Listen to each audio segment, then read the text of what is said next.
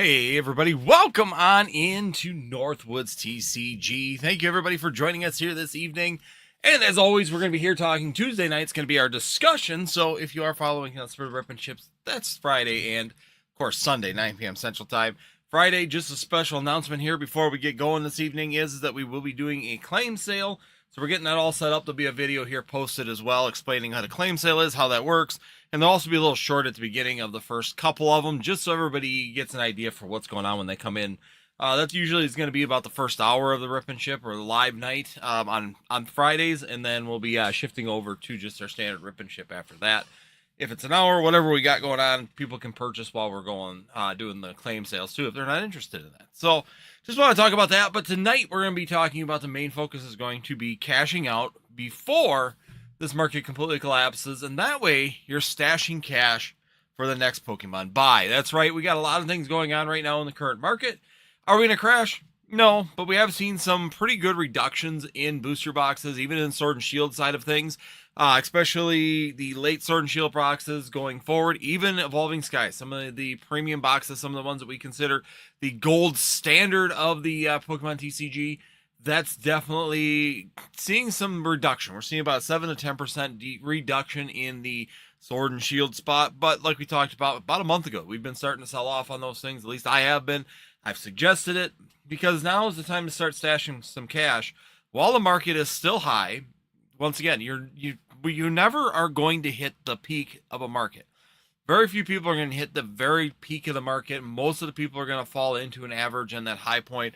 Right now is a good time that if you've been stashing up on these products, you should have been selling about a month ago when we discussed it, but you're still in a good point in this market to where there is the opportunity to do so and take advantage of that. And one of the other opportunities too that I don't talk enough about is if you build those relationships with like local game stores and all that kind of stuff, there's also potentially the opportunity to go to them and be able to sell your products to them as well. Because right now, like my local game store is desperate for Pokemon products, with the shortage that they're getting from their distribution, that they're actually willing to buy like Sword and Shield products and some of those older products at a premium, maybe about 10% under market value, rather than you paying 13 to 15% to sell it on TCG Player, or going to go and sell it on eBay or any of those sites, but not have to pay shipping or do any of that part of it.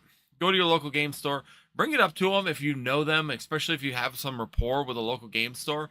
Take advantage of that to try and see if they'd be willing to purchase some of these products right now, because right now I actually just talked to my local game store, one that I bought a lot of this stuff from back in like 2022, 2023, and asked them if they were interested in purchasing this stuff, and they said yes. So they've actually been purchasing some of it back because they're looking for product, and they've got people that are willing to buy that product as well. So it's working out well for both of us in the end of things. I'm not saying sell everything down. What I'm talking about is maybe reducing some of that volume for possible products that are going to do better here in the near future. Is Sword and Shield products going to continue to have that volatility, that explosiveness that we might be seeing on some of the newer sets, some of the newer mega sets coming, the anniversary set coming up? We have a lot of new sets that are coming. We got a dragon set coming in the near future. We also know that there's going to be a Gengar set. So we know that there's a lot of different sets coming here in the near future that you may have more explosive volatility to them to have growth, rather than jumping in and staying with some Sword and Shield products, especially if you've been banking on a large amount of Sword and Shield product.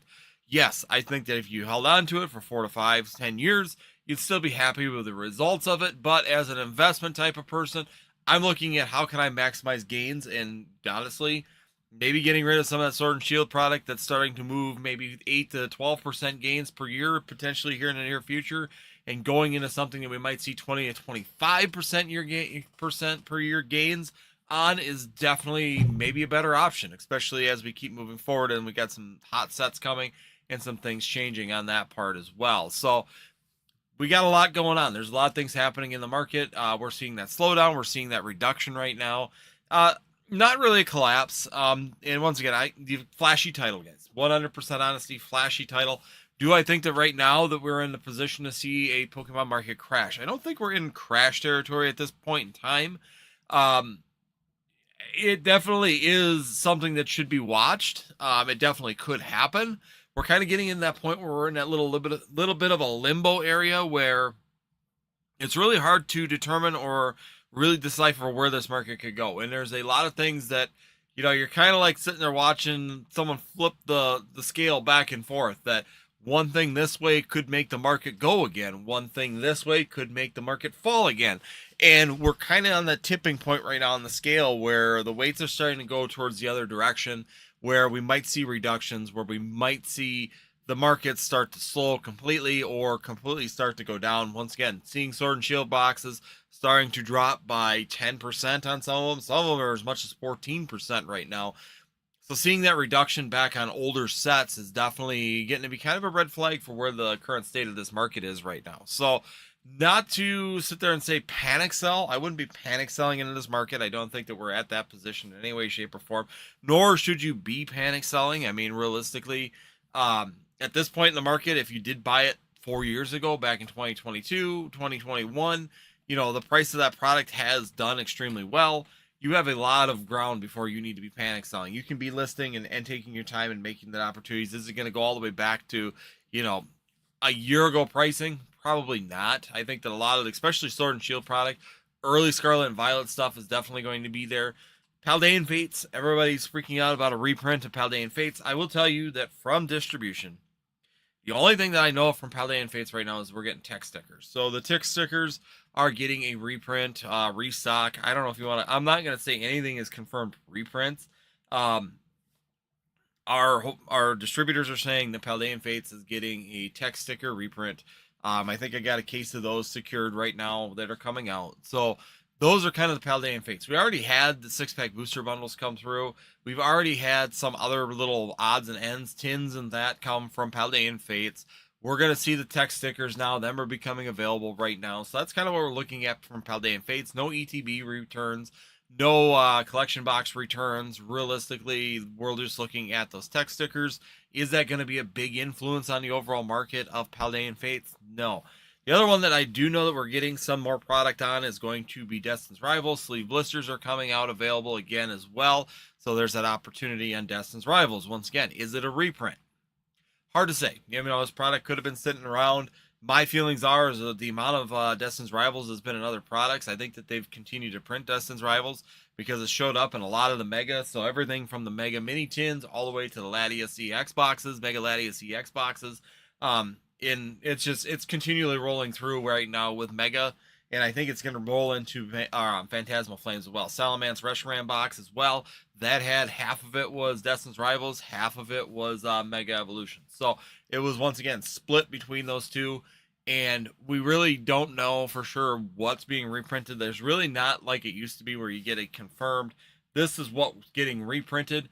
We don't get that confirmation any longer from our distribution. I haven't gotten a confirmation for a confirmed reprint. The only thing that I can tell you is I can confirm that we're getting this stock. So we are getting tech stickers of Paldean Fates. That's confirmed. We are getting sleeve blisters of Destined Rivals. That's confirmed. We just got sleeve blisters of Journey Together. That's confirmed. So we can confirm products. Whether or not that's considered a full reprint or was a full reprint, was it just a restock? All these little terms that we kind of play with. My feelings is that Destin's Rivals has been getting reprints, and the value of it, of course, is showing that with certain product lines as well. We had a bunch of the check lane blisters show up. Originally, there weren't very many of them. Then a bunch showed up later on in the market. So obviously, they're still printing a lot of this product, and the amount of Destin's Rivals showing up on things is still showing to me that they're probably still printing it, or at least continuing to print it into the Mega era here with the amount of product that continues to flow out. So once again, I do agree with some of the people, Nostalgianomics and put out a good point that, a lot of us can't really confirm reprints any longer. I wish we were in the era where, distributor, even back when I got back into it, back for Paldean Fates and that, Paradox Rift time frame, we used to get confirmed. Yeah, this is getting reprinted. This is what's getting reprinted right now. It's more like we're getting product reprint, not set reprint. So we used to get like a set reprint. You knew if you're going to get a Silver Tempest reprint, for example, we knew that was going to get this much product, right? You knew that you were going to get more than likely ETBs. You were going to get sleeve blisters. You're going to get 6-pack bundles. You knew you were going to get some of the other products like check lane blisters and the 3-pack check lane blisters, 3 promo packs. The 3-pack blisters would show up. All that product, you knew if a set was getting a reprint that you were going to get that along, usually with booster boxes as well. How many booster boxes was really variable at that point in time. But realistically, you kind of knew that if a set was getting a reprint, this is what you were getting. Now, in Scarlet and Violet, we haven't really had that feel for the set reprint. So if they tell you you're getting Surging, I'm going to use Surging Sparks, perfect example. You're getting a Surging Sparks reprint coming, and what does that mean? What exactly are we getting for a Surging Sparks reprint? Well, Surging Sparks reprint was 6-pack bundles. We got booster boxes. We got ATBs. So we got a little bit of a ROM, but we didn't get sleeve blisters. We didn't get check lane blisters. We didn't get 3-pack blisters. So it's not always in control. We don't always know exactly what we're getting. And we don't always know when they say that they're reprinting a set that all the products are going to get reprinted, or specific products are going to get reprinted like we used to see in Sword and Shield. So things have changed. The way that they print things is different. Sometimes we get mini tins. Sometimes you get collection boxes. Sometimes you get 6-pack bundles. Basically, every time that we get notification that there's a reprint or restock of product, it's usually a specific product line. So Surging Sparks, we got the ETBs first. We got the 6-pack boosters later, or we got the booster boxes first, followed by the ETBs, followed by the 6-pack booster bundles. Those are really spread out by about 3 weeks. So we had about a 3-week gap between each one of those releases, and that is the situation that we're kind of seeing with Journey Together too. So we just got, in succession, we just got the Journey Together sleeve blister. I wouldn't be surprised if we saw Journey Together booster or ETBs here in the next few weeks, and possibly booster boxes. So I've heard, not confirmed, just what I've heard, that we are getting Journey Together booster boxes, some availability to that too. Now, once again, don't know how much, don't know if I'll be able to get it, don't know if it's going to be a large quantity, don't know if it's just a restock. Pokemon has some in the warehouse and they're just pushing it out to the distributors. No idea, no quantities, nothing. I just know that I was told by my distributor rep that they'll keep me posted, that they are hearing that they should be getting Journey Together booster boxes here. They don't know if they're even the enhanced or the standard ones. So we'll see. We know Mega is coming. We got Mega booster box reprint. That is coming for sure. So we do know another product that we are getting for sure is going to be that Mega booster boxes. So it's just not the reprints like we used to have. And that's the bigger factor that I think is more difficult right now in this market when you're talking about the investing and when do you invest into things, is that, number one, we don't see big price fluctuations in the market because when we get these reprints, they're not like massive reprints. Like Silver Tempest got a reprint. It was massive reprints, right? It was 6-pack booster bundles. It was everything, all within like a couple days, like a week. You got slammed with everything. Same thing with like other reprints that we've seen in the past. Evolving Skies, Brilliant Stars, Fusion Strike, all of them. It's always everything came out at one big slug and it went out all at one time. And that's not what's happening right now in Sword and Shield or Scarlet and Violet at this point in time. It's more chaotic. It's more, here's one product of Twilight Masquerade, ETBs will show up, but we didn't get booster boxes. We didn't get sleeve blisters. And while that's coming out, we're also getting some Surging Sparks ETBs back out there, along with you're getting Journey Together sleeve blisters out here, and you're getting, all these new products coming as well. So it's a little bit more haphazard and a little bit more difficult to understand what's coming and how it's coming. The set reprints really aren't a thing any longer, and that's also affecting the retraction rates of these markets as well. I mean, markets aren't going to fall as far if there isn't a slug of product coming all at once. If you stagger how quickly these products come out, so if you release ETBs, 3 weeks later release sleeve blisters, 3 weeks later release booster boxes, and you keep like dropping them little bits and bits, it's like dropping breadcrumbs on the trail.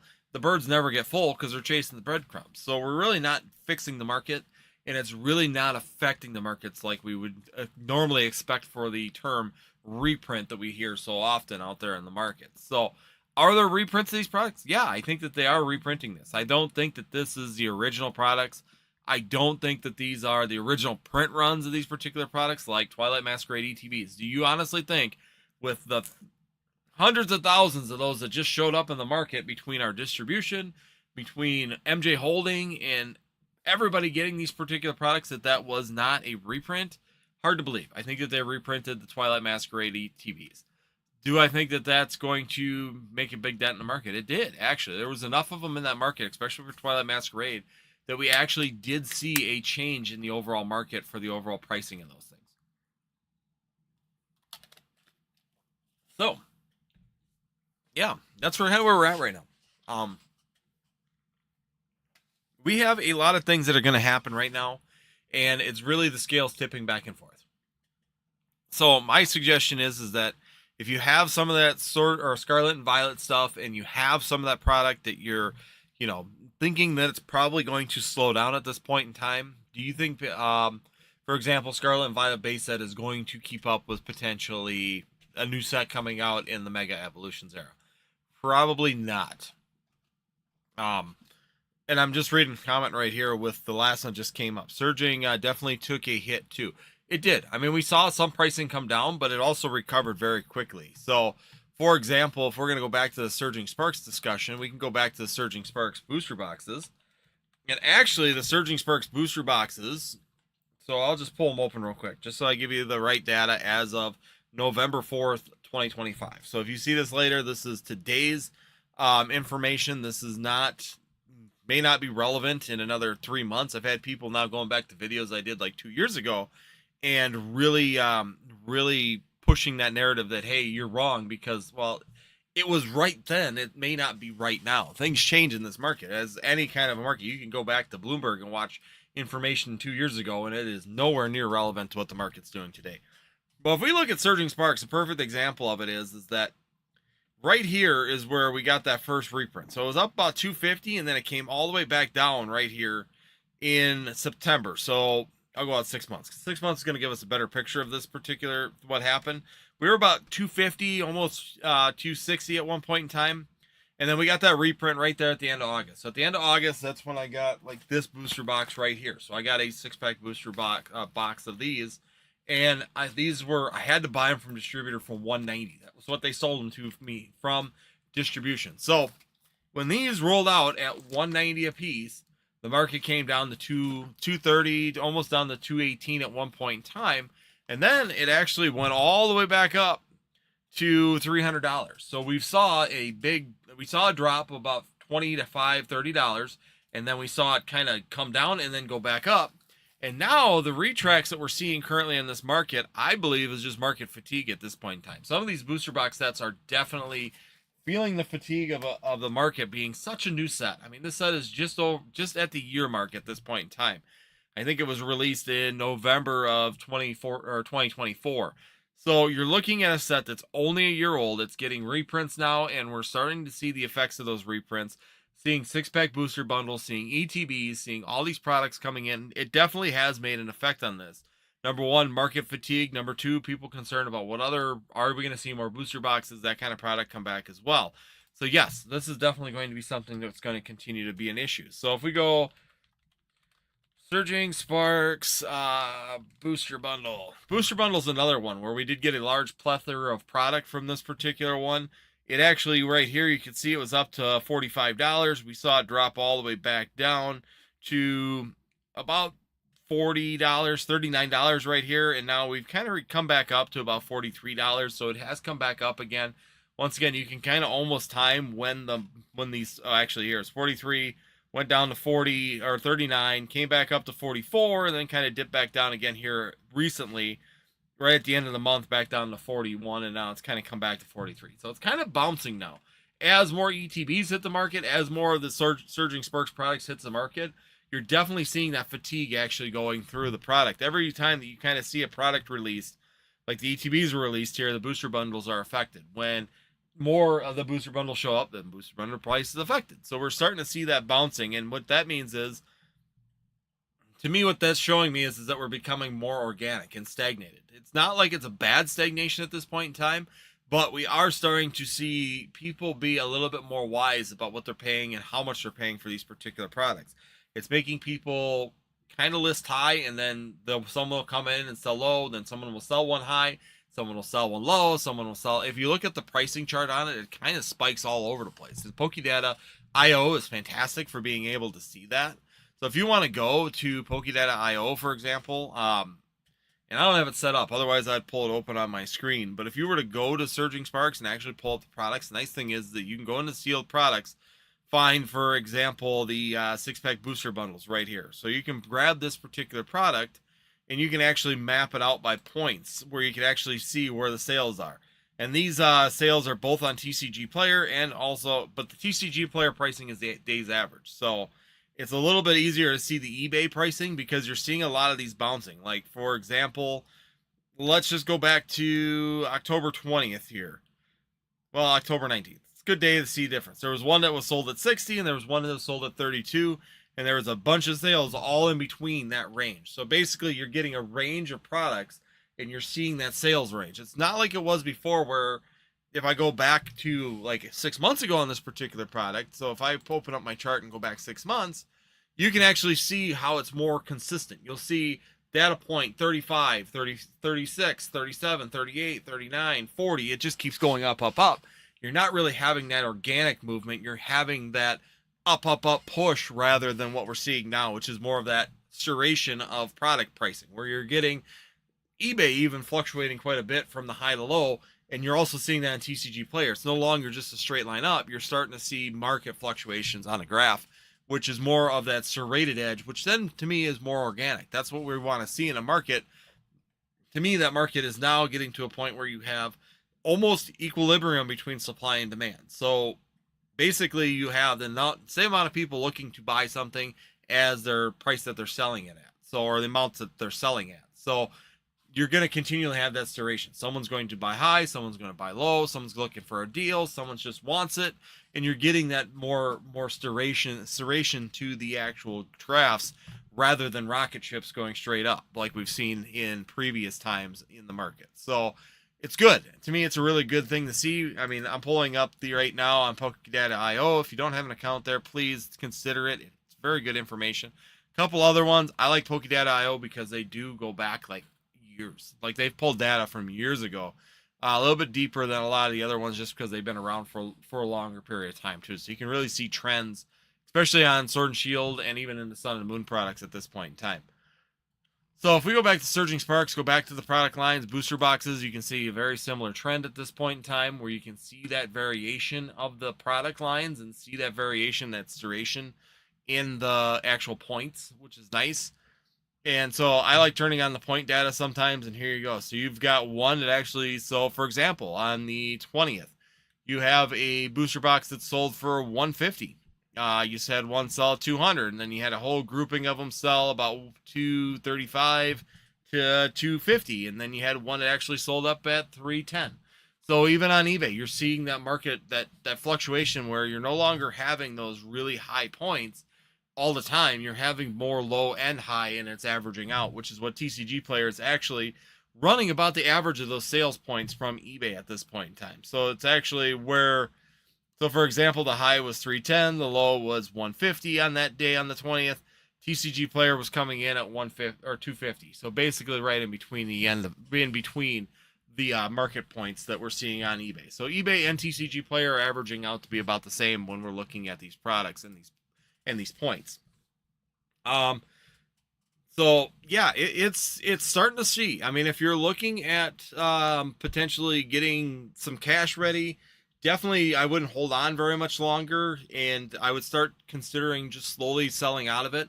You definitely don't have to rush at this point in time. We're not in like a crash scenario, in my opinion. We're starting to just see normal retraction. This market's fatigued, and we're definitely starting to see this happening.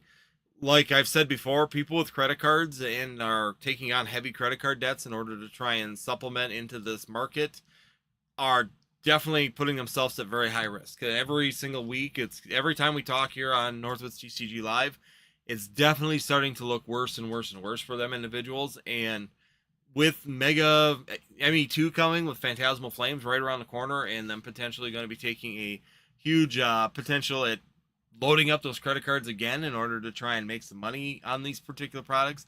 Short term, once again, I think they'll do good. First couple weeks, do absolutely fine. Walmart is going to screw them. I think that's going to, I'll be interested to see how that works with Walmart as well. It's just a little side topic I was going to talk about. I did a short discussing it as well. personally, I don't think that I'm too concerned about how Walmart, for the scalping side of things, I don't think it's going to change much at Walmart just because I know how my local Walmarts are at this point in time. And I don't think that we're going to see them actually hold up to the 5 per person. Either that or someone's going to bog down a checkout lane forever going through, because they're not going to stop capitalism. They're not going to stop sales if they get to the registers with it. And with no checks or gates inside the store, it's definitely not going to be something it's going to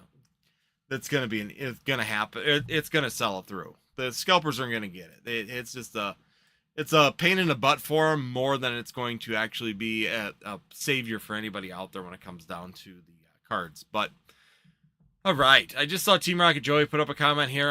I'm super cooked and just defaulted on multiple credit cards. Currently in negotiations with collectors to pay off the debt. Okay, well that's not a good day for you, Team Rocket Joey. Why is Pokemon not selling more direct from the Pokemon Center? I would think they would be printing Pokemon Center ETBs to demand at some point, even passing up the regular ETBs. So I don't know why. They did in Sword and Shield. I mean, we got multiple reprints of Pokemon Center Elite Trainer boxes. I think part of it is that they're kind of liking the idea of the exclusivity that comes with the Pokemon Center. They see the demand was a lot better on the ones they made exclusive versus the ones they just continued to print in Sword and Shield. So Sword and Shield from Chilling Reign forward was kind of the test run on how they were going to actually do that. So for example, they did a first run of Chilling Reign, they did a first run of Evolving Skies, and they did no other print runs of those 2 sets. It was a one and done for those 2. And the exclusivity of those, they sold extremely fast. But then they went back and they reprinted Fusion Strike. They reprinted Brilliant Stars, Astral Radiance, Lost Origin, and also Silver Tempest. And when they did that, they sat on Pokemon Center for a long period of time. The exclusivity was going because they were printing so much of it. And I think that that's more the reason why. Pokemon Center does not like having a ton of products sitting at Pokemon Center forever. Pokemon Center exclusive products need to be sold through Pokemon Center, so it's not like they could go ship it out when they get tired of sitting on it. So I think that they like the exclusivity of how it worked with the first 2 sets, and I think that that's how they've carried it on, and they've done this all the way through Scarlet and Violet at this point in time. Do I think that they're going to change it now and all of a sudden start reprinting the demand on that? No, I don't think so. I think that they are also looking at, they don't want products sitting in their warehouse. Any other product, so a booster box, the sleep blisters, any of that stuff, if it does not, I think that and in their mind, if they can't sell it, so let's say Pokemon Center, like before, sits there forever, they could take that product and just go, well, here, distribution, take it. We don't want it anymore. We're sold out, and they just get rid of it out of the warehouse and they send it down the line.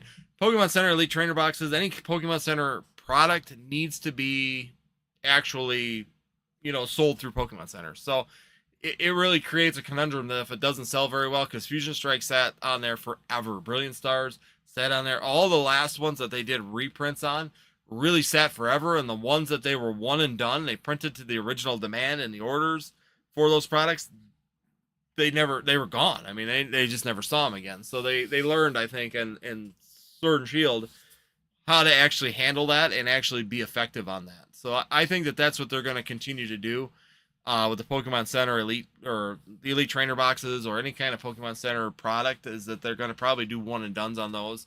But then like booster boxes, I think as time goes on, less people in the market, as the pricing kind of settles here, I think we're going to see booster boxes kind of chill on Pokemon Center again like we did before.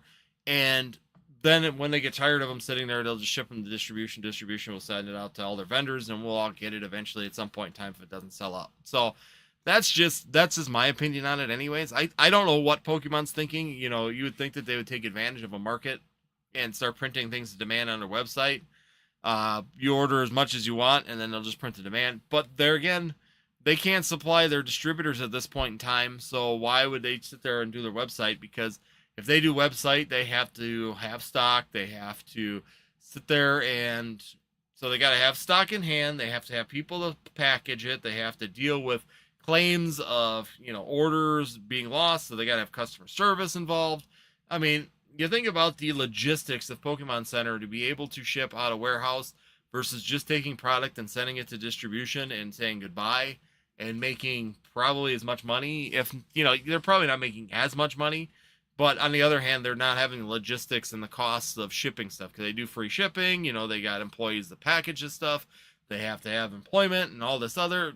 It's just a whole tumble down effect of things that, honestly, I just don't think that they want to deal with. And I don't think that they're going to take the time to deal with that when it comes down to it. They're going to just do bare minimum and continue to do what they're doing now. It's just think that there'll be more product available as the markets continue to shift. Yeah, I mean, they are literally printing money, but they can literally print money and not have to deal with the logistics and customer service if they just send it out. That's why they're always sold out. I mean, why would we see anything through distribution if they wanted to sell it through Pokemon Center? If they put anything on Pokemon Center right now, I think it would sell out faster than you could actually get it through. It would sell out on Pokemon Center faster than I think it would sell through most LGSs at this point in time. But the more that they sell through there, the more warehouse space they have to have, the more warehouse space they have to have, the more logistics they have to have, the more employees, the more the insurance, the more you can just see the tumble down effect. That seems like you're making more money, but realistically, they're probably making the exact same amount of money taking it and just shipping it out on a truck and charging the distribution companies to ship it to them. So I think it's probably just they just don't have to deal with it. I think it just works out better for them in the end just to get rid of it. So anyways, I'm going to go ahead and go through the chat real quick. Once again, that was kind of my ramble for tonight, was just talking about it. If you are holding products in the Sword and Shield era, I think that there's definitely some good points right now to be able to get out of it and start stacking cash. I'm personally been stacking cash now for the last month. I think that we're going through the high, going down the low now. It's a good time just to keep stacking cash, making cash right now, and just getting ready for when this market shifts, when people start basically fire selling because the concern level gets too high.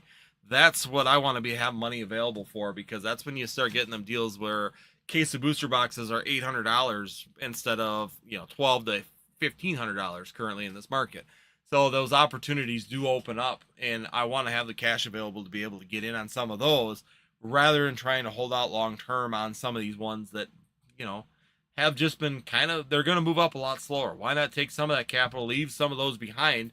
Definitely don't sell out. So if you've got large quantities of stuff, I wouldn't sell out of all of it. I'm not selling out of all of it. I'm still holding on to like 5 cases of Evolving Skies. I'm going to hold on to 5 cases of Lost O. I'm going to carry 5 cases of Brilliant Stars and 5 cases of Silver Tempest. But I'm selling out, and I'm bringing everything back down to like that 5 case or less level, like down to 3 on some of them. Just because I see more perspective in other sets coming up. This market's going to open up and give us that investment opportunities that will be better set for us to be able to jump in on some of these products here in the near future. So let's see. We're just going to jump down here. We got Blitzkrieg. Thank you so much for jumping in. Jacob, as always, greatly appreciated. Market Scraper, welcome on in. We got Supermaz117. Welcome on in as well. Blitzkrieg. It's got Blitzkrieg. Team Rocket Joey, Hamburger Ron as well. Thank you so much for being in here this evening. I did see a new person, TCG Tyson 98. Thank you so much for dropping in here. I wish they could cut distro out and sell directly to the stores. That I would be in for. Because, to be honest with you, I think that Pokemon might do a better job of it, just equally distributing that stuff. But on the other hand, then once again, you're talking about the logistics of it. The more shipping you do yourself, the more staff you have to have, the more warehouse space you have to have, the more logistics you have to have. Because you realize, if you think about it, it actually makes more sense to go to a distribution. So I was talking to my LGS about this just about 2-3 months ago, because we were really talking about the inconvenience of having to go through like ACD or Southern Hobby and get product from there. But once again, they're already set up. So like he said, I call a distribution, and that distributor has X amount of products. So I can get Lorcana, I can get Pokemon, I can get Magic the Gathering, I can get, Dragon Ball Z, I can get Final Fantasy, I can get, all these different things that I'm normally getting. And I can get them all from one source. So on one hand, that distributor already has access to me, has my account, knows my shipping address, already has my payment types, all that other stuff, and they just literally drop ship all of it at once, and it works very, very well for even Pokemon in a slower market, because of the fact that in a slower market, people may not be buying pallets of Pokemon, they might be buying a couple cases, and when an LGS is buying a couple cases of them, they can throw it in with other orders that they're getting from that same distributor. Works good for the shipping, works good for the stores, it works good for Pokemon, because if you were to think about Pokemon trying to take on all of those accounts themselves, all the LGSs that you can think of, if you're in a bigger city, think of how many LGSs are currently there selling Pokemon cards at this point in time. And Pokemon having to have the infrastructure internally to be able to handle all of those accounts and ship all of that product out and manage those accounts and call in on those accounts. And when times are slow, have a rep to be able to push those accounts. It starts to become kind of overwhelming, and the cost factor becomes kind of a nuisance for one company to try and distribute their own product. That's why these distribution centers kind of exist, is basically it gets rid of all the infrastructure that's necessary for Pokemon to do this.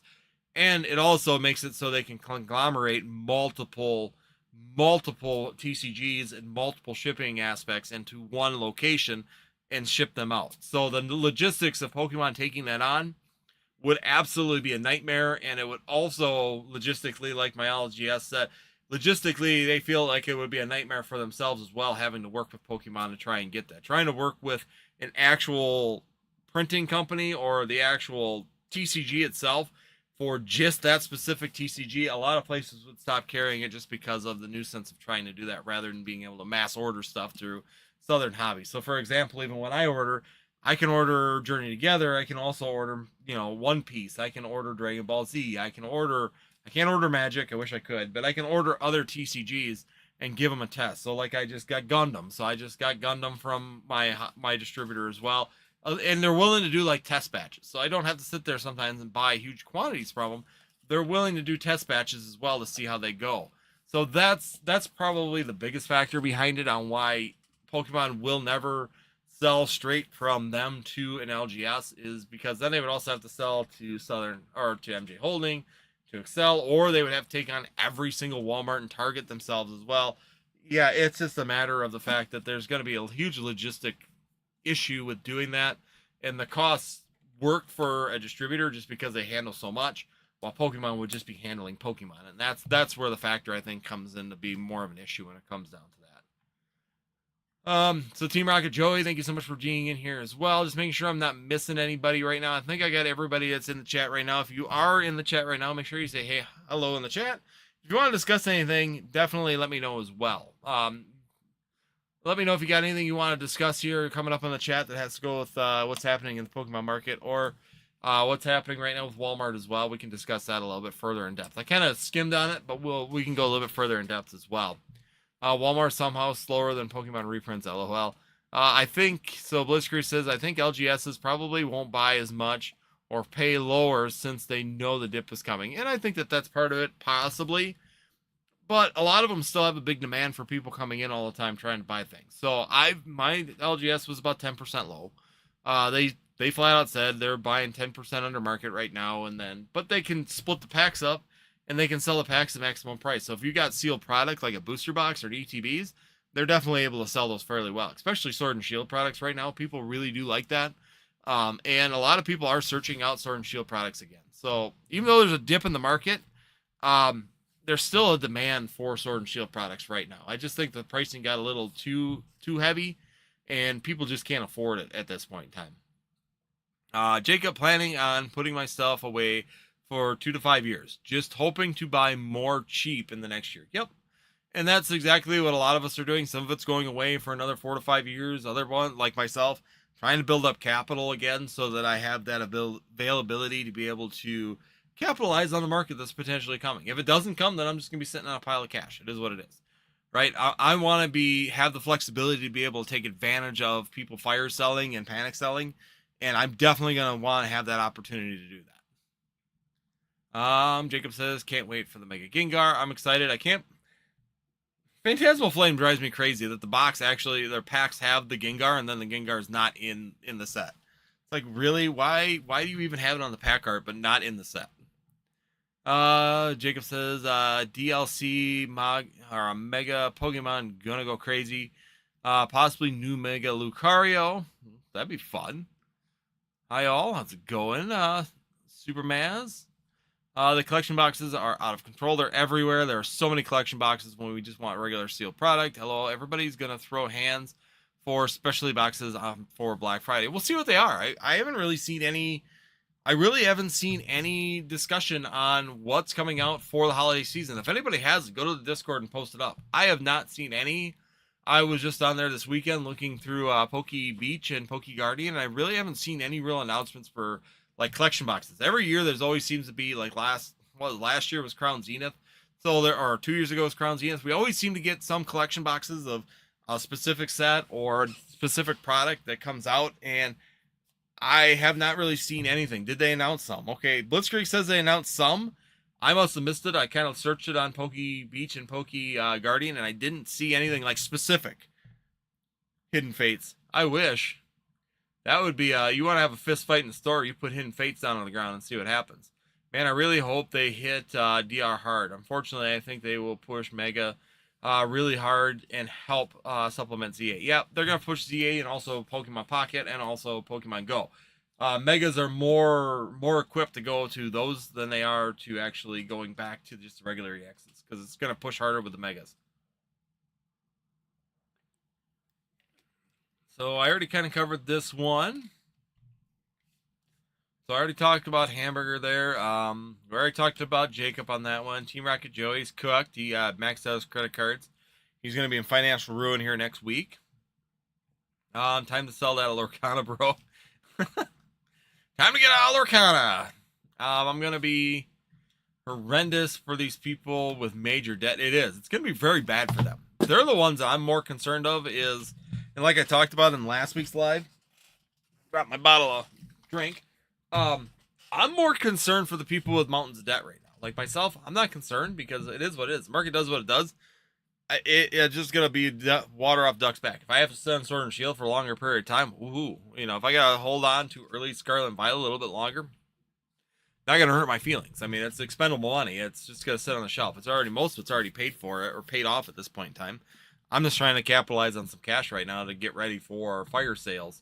So when fire sales happen, I'm ready. But realistically, people with debt that are trying to get into the investment game, that are just hearing about the investment game, that are coming in right now thinking there's investments. They just hear about how great Pokemon. They see all these videos of how great Pokemon is and how much money there is and how much what to invest in and all the money you're making and blah blah blah.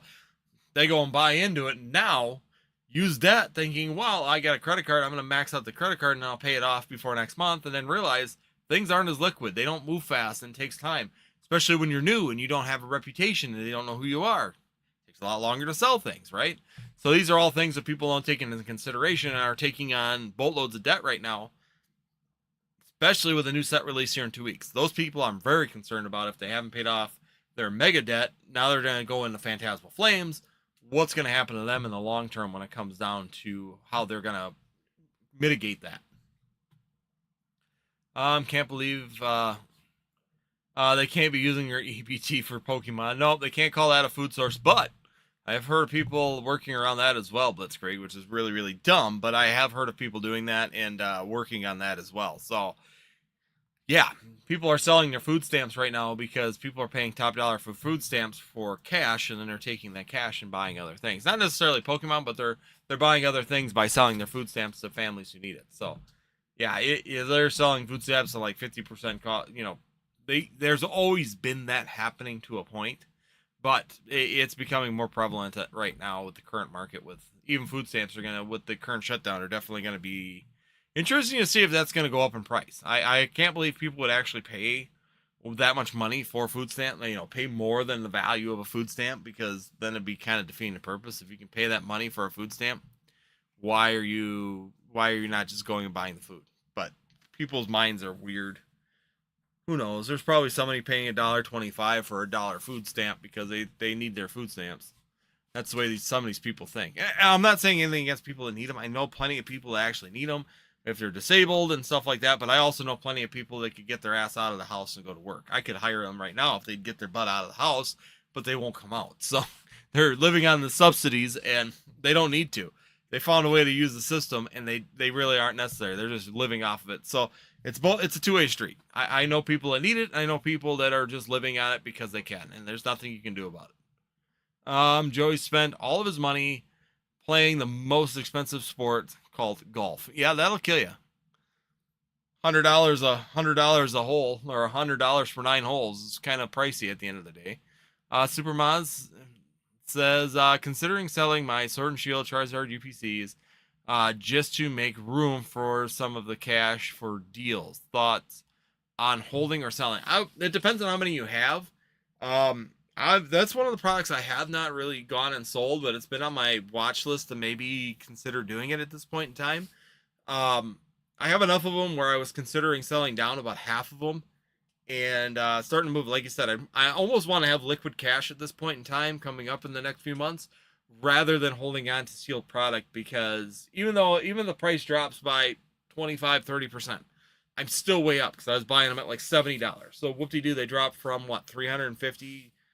Let me give it the correct number. I'm trying to keep in the habit of just giving you the actual number of these things. So if I go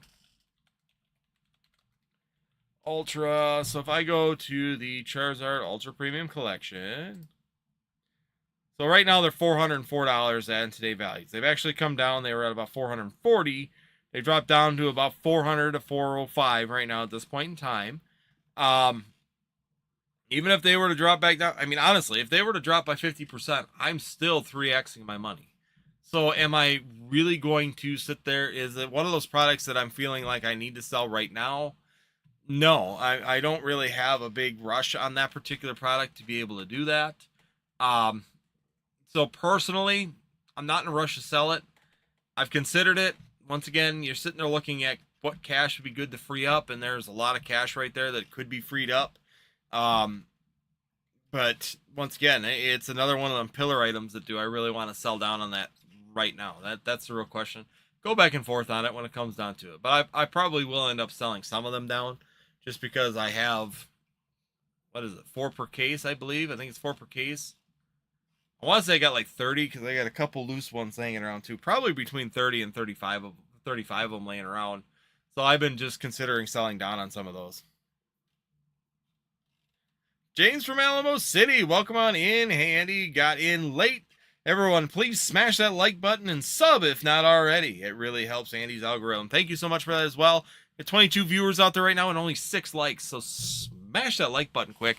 Help out the algorithm. Let's keep things rocking and rolling. So yeah, like I said, if you want to, I'm in the boat where I'm feeling like I'm trying to half some of my investments, because I really do want to have that cash available for me at this time. It's time to start stashing cash, as the name of this title is going. Stashing Pokemon cash for the Pokemon collapse. Definitely not a bad thing to have. A liquid cash is definitely going to be something you want in the investment side right coming up here in the near future.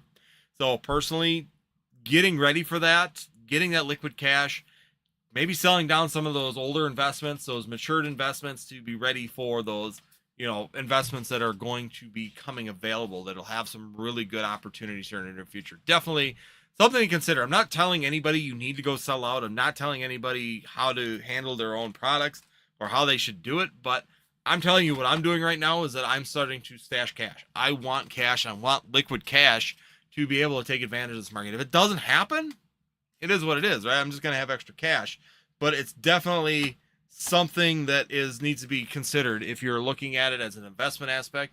We don't buy into the hype. Like I've said, the last 8 months, I really haven't bought anything for investments coming up, but we buy into the recession, right?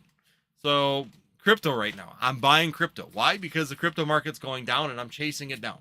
Do I think it's always going to go down and continue to just lose me money? No, I think eventually it's going to hit a bottom, a trough, and it's going to come back. That's what I feel will happen with Pokemon as well. I'm going to buy into the recession because that's the way to get the best bang for your buck. You keep buying into that recession and it gives you the best opportunities. Now you got to be smart about it as well. I mean, you just can't sit there and pick a product or a graded card and chase it down because it may never recover. But booster boxes, those, like what I would call them stable investments, booster boxes, ETBs, 6-pack booster bundles now, I think are a really good investment to chase those down. I wouldn't be doing it with like check lane blisters. Sleeve blisters are hit or miss. Some do really well. Some are really, really slow. You got to be specific on your products, but I think booster boxes, ETBs, Pokemon Center Elite Trainer boxes is another one, and 6-pack booster bundles are definitely great ones to chase down as the price continues to drop. Keep chasing them down. I think there's some great opportunities in those as time goes on. Blitzkrieg, too much demand. Their printers won't be able to handle the demand. So they are all too aware of the demand. Interesting. Oh, we know that they're Pokemon Center or Pokemon International knows the demand. They ain't dumb. The fact that they're not doing anything with the demand is the more interesting part. But Pokemon Center or Pokemon International is not a dumb company. They know the demand's there, and they're just choosing not to do anything about it. Plus, like I said, infrastructure is another real reason for it. But they do want to keep hype. They don't want the whole market to collapse because they don't sell products as quick if they let the market completely collapse. Just kidding. Northwoods TCG. I know you are. I know you didn't put yourself in that position. Come on.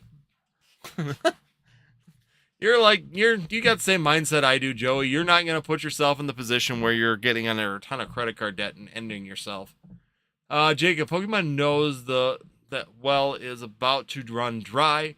They're going to ride this wave. Joey low-key has more money than Rudy. I don't know about that. Rudy's got a lot of money. They have literally printed dollars, LOL. Bots are everywhere. The amount of SWSH sold on Pokemon Center this year is hilarious. TCG Tyson says, I wish they could cut distro out. Yeah, we talked about the reasons on why, and we've discussed that several times. Hamburger Round booster boxes at 162 versus 100, LOL. Hey, you know what? It is what it is. It's all inflation at this point in time, and where it lands is where it goes. I mean, MSRP booster boxes would be fantastic. If I could buy MSRP booster boxes from distribution, I would be extremely happy at this point in time. But the only time I really get some, and I usually get like 2, I usually pay $115 right now from distribution for my first run. Get 2 of them at $115. And then after that, they're usually over MSRP. So if I get like Surging Sparks, they were $190 when they came back. The next round of Mega coming up, I believe they're going to be $180 or $175, $180 for those ones. I got to look at my receipt for those, but I got a case of them coming, and I think they're going to be like $175 a piece. So there's definitely not the nuances of the being able to go back to distribution and paying that original wholesale price from them the second time. They definitely jack the price the second time they send out, and either A, you're going to pay to play, or B, you're just going to let it sit and potentially piss off a distributor. So if the rep calls me and asks me if I want to buy something, the usual answer is yes. I'll take it, because so far it has worked out. Now I'm cautious. I'm not being dumb. I'm not like back ordering a bunch of stuff, which is part of the reasons that I was going to talk about that in a video, is that when I had distribution, some people like, Brian, and they've talked about it, and this is what got him in trouble back in 2021, why I got to buy a lot of stuff on a fire sale, is because their mindset is that I want to have 1,000 boxes, for example, so I'm going to buy 4,000 because I know I only get 25% of that of those boxes. The catch-22 is if they do decide to go and do a large reprint, and the distribution warehouse has them sitting there and they're not selling any longer, they will call your order due and say, hey, you ordered 4,000 of these before. We got them here for you. We'll send them out tomorrow. And if you tell them no, you're knocked off their list. You get put on the shit list. And to me, it's never been worth the size I am to take that risk and get put on their shit list. 100% honesty, it does not make sense. I do not order more than what I can afford to buy. So, like, for example, I buy a case of booster boxes. I only get 2. I do know that I have potentially outstanding 4 ETB or 4 booster boxes sitting out there. I know that. So the fact of the matter is that I know that there's that chance that might come back, and I might have to buy 4 booster boxes if they were to go and reprint Journey Together, for example. I know what I have out there, and I'm very cautious that I always have the money to back it up, because number one, I don't want to piss off the distribution. I don't want to be put on their shit list. I want to be smart about it, but I'm also not going to take huge risks to where I am potentially going to get a bill for $500,000 because I was trying to overshoot by so far to continually get the products that I need to sell because Pokemon, in all their infinite wisdom, at some point in time, could decide, hey, we're done printing sports cards. That contract's done. Hit the Go Baby Go button on, Surging Sparks. Hit the Go Baby Go button on Journey Together, Destin's Rivals. Just start banging it out. It's just not worth that risk to me. I know I'm hurting myself right now. I understand that. But the risk to reward factor becomes very, very, very, very unappealing to me when it comes to playing that game. I would rather get limited product now and not potentially get bit in the ass later because I need to come up with $1 million in order to pay for the stuff that they want to send me all of a sudden. So that's kind of the game we play. Some people are taking a big risk right now and banking on the fact that there will be no reprints of these particular products. Me, I'm banking on the fact that Pokemon could at any point in time slam the lever in the full gear and will eat it, and somebody will eat it. And some small shops, some small LCSs are going to eat it because they're going to get a huge bill and they're going to have to choose. Do I want to take this product and make the distribution happy, or do I want to avoid this purchase and get put on the distribution shit list, which means I'm going to have to pay top tier pricing and I may not get product when I want it. They might ignore me for some of the specialty stuff that they get. And it won't be just Pokemon that they'll put you on the shit list for. It'll be all the product lines. So it's not like it's just going to be Pokemon. They're going to put you on that shit list. It's going to be everything. So they really are running a risk, and there might be a point here in the near future where they'll have to make decisions on that. And that's another point where you might be able to get fire sales from LCSs as well. All right. So here we go. I know I was up here someplace. I think it was here. They went big distro and supplied the little guys. I'm also glad to pay $162 MSRP for products. I am too, but a lot of people approve of LLC distribution. Yeah, the logistics would be a nightmare. We already went through that issue. Issue is Pokemon can't regulate the distros as far as distros upcharging stores and the large cost ending up in the end consumer. The problem is that they can. People have the mindset that Pokemon does not control distribution and their pricing. They do. Here's how Pokemon controls their distribution and the pricing at distribution. They print. Distribution doesn't want to have a warehouse full of product. If they print and they have a large amount of printed product sent to distro won't upcharge because they have product. They want the product to move. They want it to get out. So if they print it, distro can't upcharge. We go back to a normalized market with distro where 2-3 weeks, a month after the set releases, I can go call up, hey, Tom, I need to get 2 cases of, let's just say Distance Rivals are shipped out this week. Can I get that? Yeah, we've got plenty of it. What's the price? $110 a booster box. Cool. Send them out. That's how it used to be. That's how it was all the way up until Surging Sparks. I could go back and order Obsidian Flames booster boxes November of last year by calling up my distro and going, hey, Tom, can you send me a case of, Obsidian Flames booster boxes? Got a demand for them. I got a bunch of people want to rip and ship them looking for that Charizard. Send me 2 cases of them. What are they going to cost me? Well, they're about $100 right now just because they're going up just a little bit. Cool. Send me 2 cases. $1,200. Done. Why? Because they were sitting in a warehouse. They wanted you to buy that stuff because they didn't want it in their warehouse anymore. Once again, it's the supply and demand, and the distro runs the same supply and demand. It's capitalism. It's the way that capitalism works. It's a supply and demand chain. If there is a large supply all the way through the system runs smooth. Everything runs at the same pace. The second you start bottlenecking and choking the supply, that's when the prices start to go crazy all over the place. And it's not just distro. It's at the LCS level. It's at the scalping level. It's at the Walmart level. Everything just kind of goes all funky and wacky until that supply starts to funnel back in. When the supply starts to funnel and becomes consistent to where distro has products sitting around, where they don't sell all their pallets of, let's just say, Phantasmal Flames. They don't sell all those pallets of Phantasmal Flames. I can tell you right now that they will be calling me the next day that they are, after they ship all them orders and they still have products sitting there, ACD rep, going to be calling me, hey, Andy, can you take 2 cases of Phantasmal Flames? We got it sitting here. Can you take 2 cases? Yes, sir. Send it on over.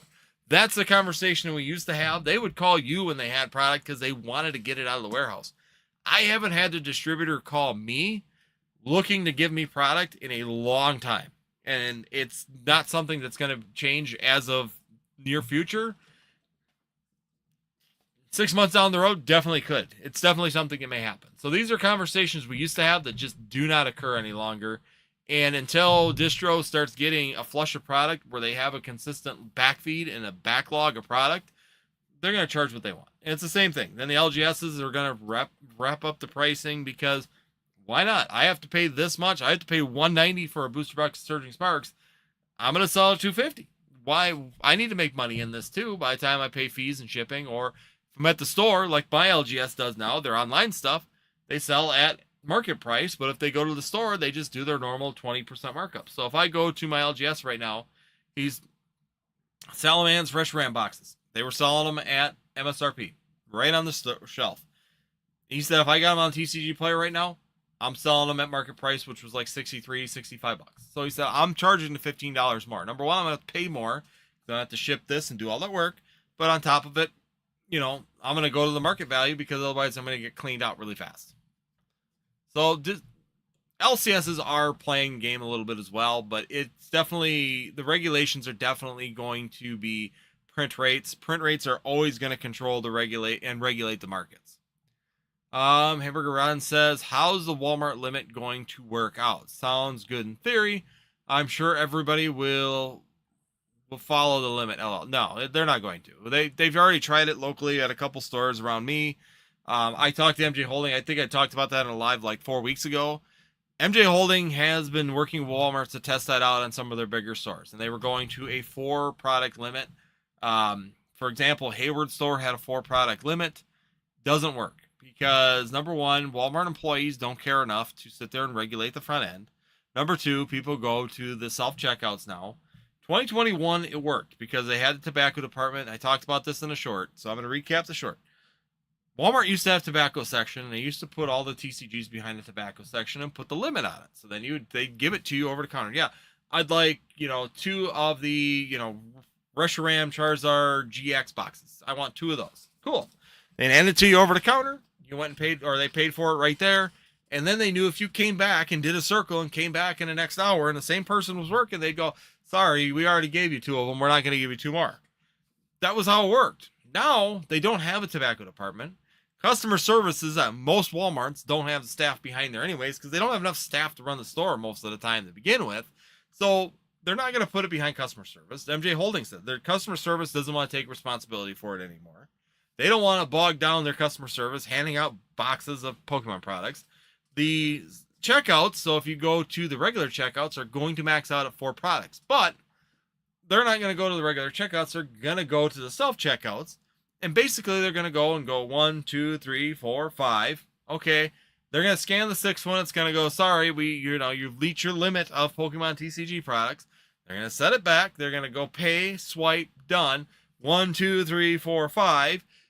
Pay, swipe, done. 1, 2, 3, 4, 5. So on and so forth. They're just going to bog down registers. And the other problem is what I'm concerned about is they're going to have a cart of Pokemon product sitting there, and another scalper is going to come into the building. And then the scalper is going to see this guy with a full cart of cards, and they're going to start a fight because the other one's going to go, you can only take 5. I want some. Another one's going to go, yeah, you can only take 5. I want some. There's going to be a fight. And the managers are going to get to the point in Walmart's where they're just going to go, no more. No more.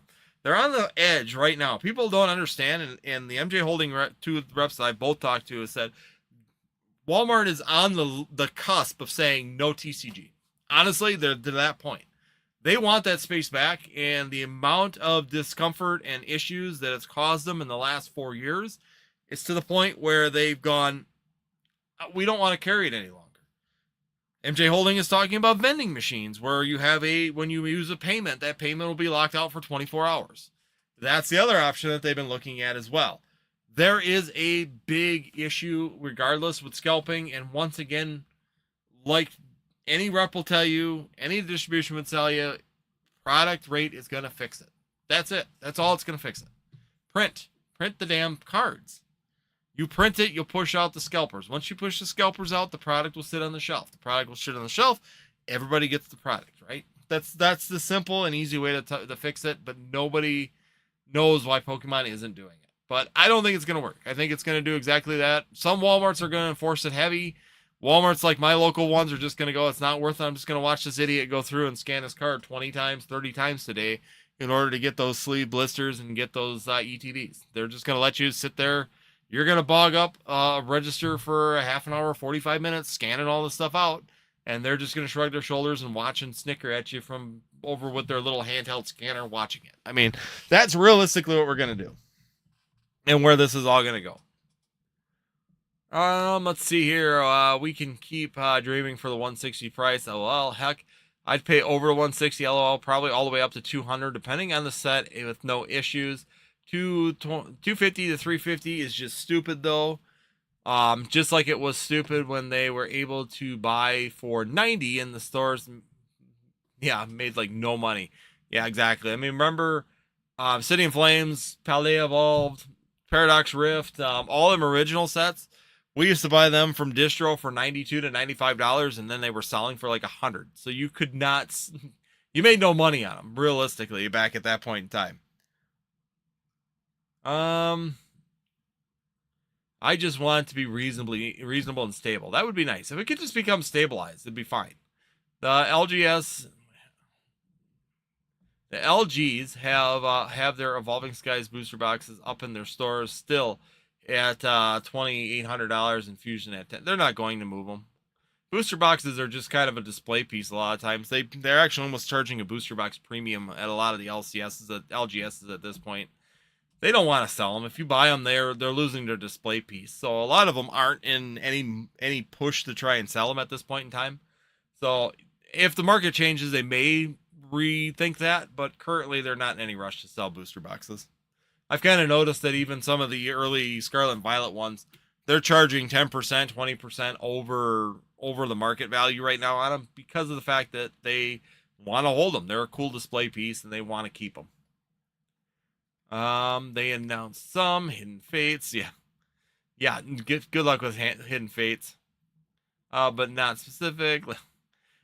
We're getting down here. Back half of Sword and Shield, best era for sure. Mixed packs. TCG says Gengar will be the set as well in the set as well. It's just also in the starter deck. That's what it is too. It's not in the set. It's in the starter deck. There's no Mega Gengar SIR in this set though. Wish there was. The Haunter they pulled out and is in that battle deck. Buying for 50% if people race to sell. Oop, jump to the bottom. Hold on. Going through here, heard a few 7-Elevens put it down as food items for ETB payment. Really? I'm not surprised by that in any way, shape, or form. All right, did James. Thank you so much, James, for that. It's so funny. 8 months are finally getting their first taste of fear. Yeah. They are. I mean, we're starting to see it, and it's starting to show in the fatigue as well. People are really starting to get a little bit squirrely when it comes down to the pricing. A lot more concern as we're going weeks and weeks with either down or flat on a lot of these products. People are used to seeing nothing but up and up and up, and now all of a sudden they're getting a little taste of some fear for these products because they are definitely starting to see that this isn't always just rainbows and rockets. James from Alamo City says, I am an Army veteran and on military bases at the AAFES's military exchanges where they sell cards. They have a sign posted with a strict 1 item per military card holder, 1 day or 1 UPC per product. Yeah, and that's just it. And Walmart's going to do that. So if you go through the checkout and scan it, they're only going to allow 4. Problem is nobody at Walmart's going to want to fight a scalper. Honestly, would you, if you worked at Walmart for $15 an hour or even $17 an hour. Let's say you're one of the upper ones, and you get $17 an hour, and some scalper comes in and has a cart full of Pokemon cards and starts scanning 4 at a time and checking out. Do you think that them employees are really going to care enough to come up and tell them, no, you can't do that? They're not paid enough to care. And they work at a store that they really don't care if they care. So realistically, they can sit there and act like they're going to do something about it. They're just going to make it more time consuming for the scalper, which may reduce the amount of product. Maybe they'll be more specific on the products they take.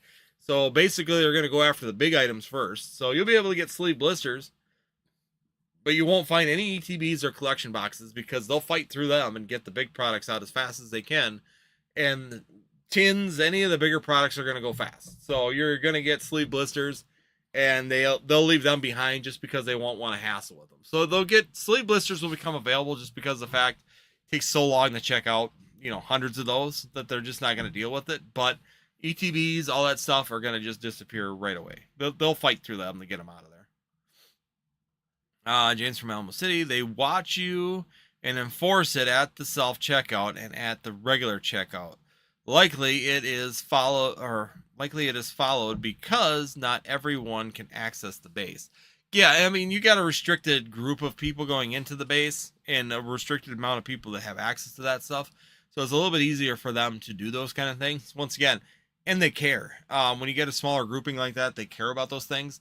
In general, Walmart employees just aren't going to care. That's my biggest thing is no Walmart employee is going to care. Maybe a manager, front-end manager, if you got a big enough Walmart to have a front-end manager, or if you have a loss prevention manager, maybe, or a loss prevention person that's willing to maybe tussle with someone. But a majority of these people are not going to want to tussle or deal with a scalper to try and stop them from doing multiple transactions at a register. So TCG Tyson 98 says, hopefully if the pressure from Walmart and other big box do not want to carry anymore is enough push Pokemon to figure out the printing. Losing big box stores like that would hit Pokemon hard. It would. And honestly, I think that might be what would push them. If Walmart would have just go, listen here, you can't figure your crap out and we're not going to put people at risk for getting hurt. And we're not going to continue to sit here and have these fights in our store.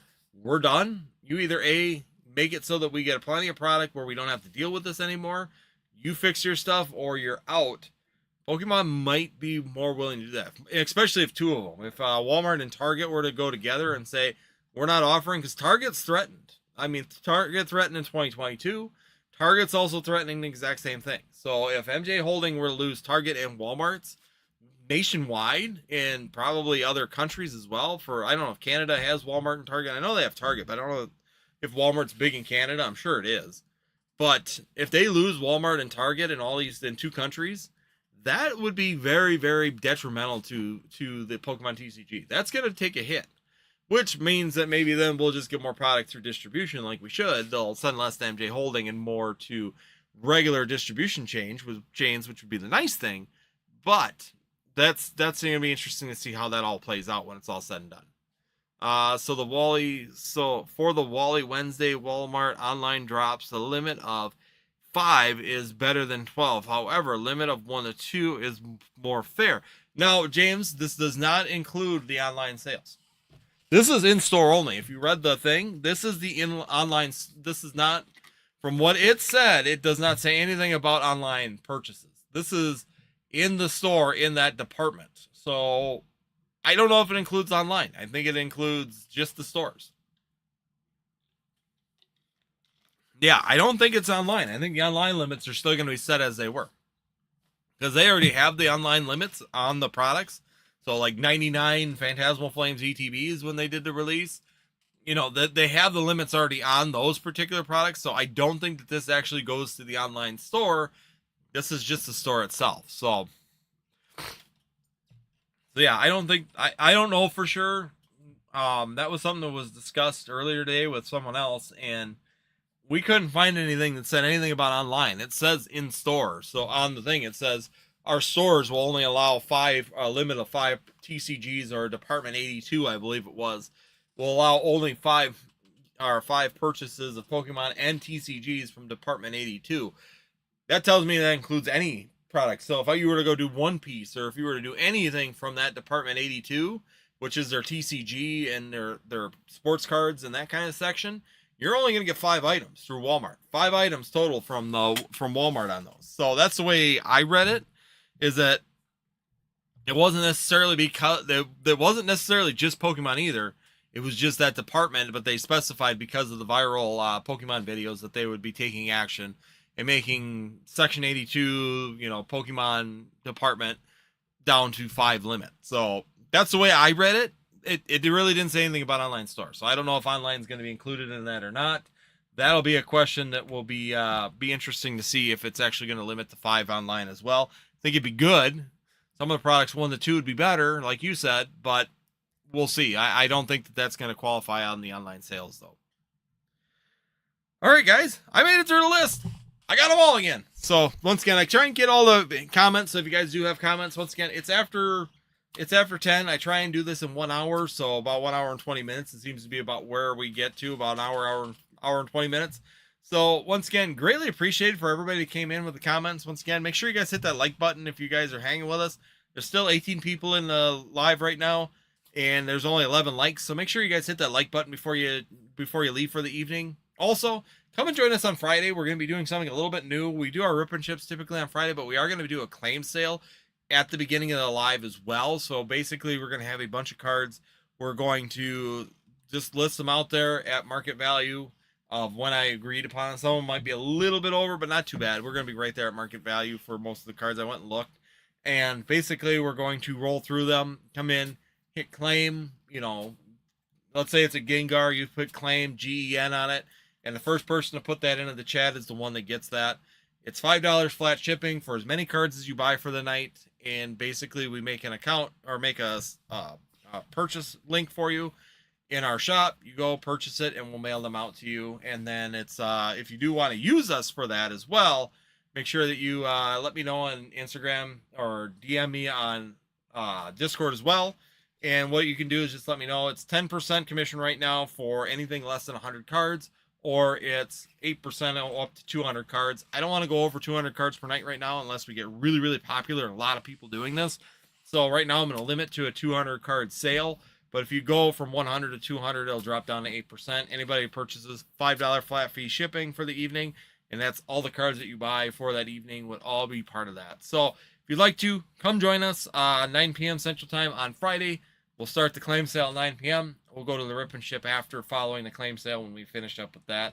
And we'll run that for as long as we want that evening. So other than that, thank you, everybody. James, thanks for the stream. Andy, good night all, and thank you for joining. Thank you so much for that, James, as well. Greatly appreciated. Once again, hit that like button. Hopefully you get some good information. And once again, be considering selling out some of this product before this market drops too fast, because if it shifts quick, sales are definitely going to, the fire sales are definitely going to start to happen, which you're going to want to have some capital to be able to get in on them fire sales and get the opportunities that are potentially coming on that as well. So once again, thank you everybody for joining in. Hit that like button, hit that subscribe if you're new here.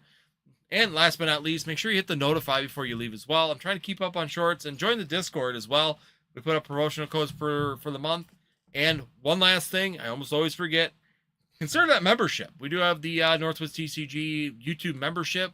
By joining that, if you do join our rip and ship and you purchase your pack, your first order of the night, you do the Guess the Energy game. Roy loves that. A couple other members love that feature. They can do the Guess the Energy. If you, once per night, you get the Guess the Energy of a pack.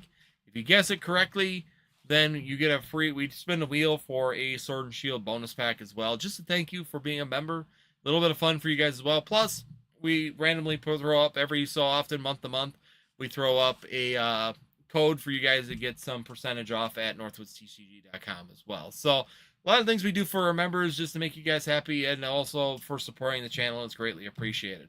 Otherwise, thank you everybody for joining in. Have a fantastic rest of your week. And last but not least, make sure you guys hit that like and subscribe before you leave, and we'll see you next time here on Northwoods.